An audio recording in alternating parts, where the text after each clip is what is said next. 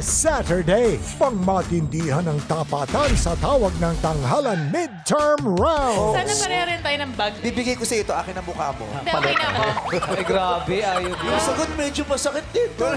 It's showtime. Bet kita. Bet mo ko? What do you mean? The feeling is mutual, kaya happy na nga ba ang nalalapit na ending? Nakakalabas na yata si Dr. Carlos dito sa facility. He's not crazy at all. Abot kamay na pangarap, 2:30 p.m. Na si Jules! Ganda sa'yo. Huwag mo ako tawagin, Mama! Bakit ang ilap nung tadhana sa amin dalawa ni Jules, ha? Honey, dinudugo ka. Help my friend, please! Dito lang, sa tadhana. Dahil sa akin, di ka magiging tao. Obligasyon nga ba ng anak na tumanaw ng utang na loob sa magulang? Sa tingin ko, kaya ka natatakot mag-boyfriend yung anak mo dahil pag nag-asawa, wala ka nang aasahan. Wish ko lang, Sabado 4 p.m. Meron tayong mga kasama. Isang loud and proud Kapampangan. Tumalunat na talaga kami sa talay. Uy, sarap. Yun! Go, go, go! Tara na sa Culinary Capital of the Philippines. Sa Para sa mas malaking misyon at mas malawak na paglilingkod sa bayan. Hanggang Sabado at Linggo. Tuloy-tuloy ang balitaan. Kaya tutok lang dito sa...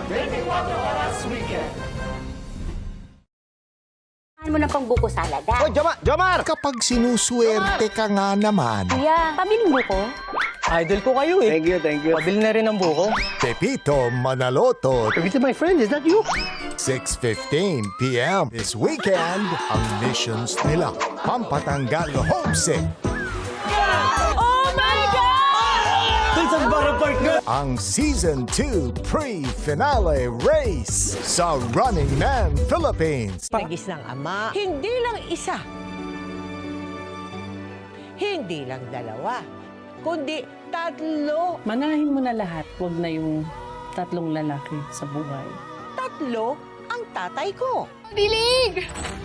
Handa na ba tayong labanan si Barda at iligtas ang kalikasan?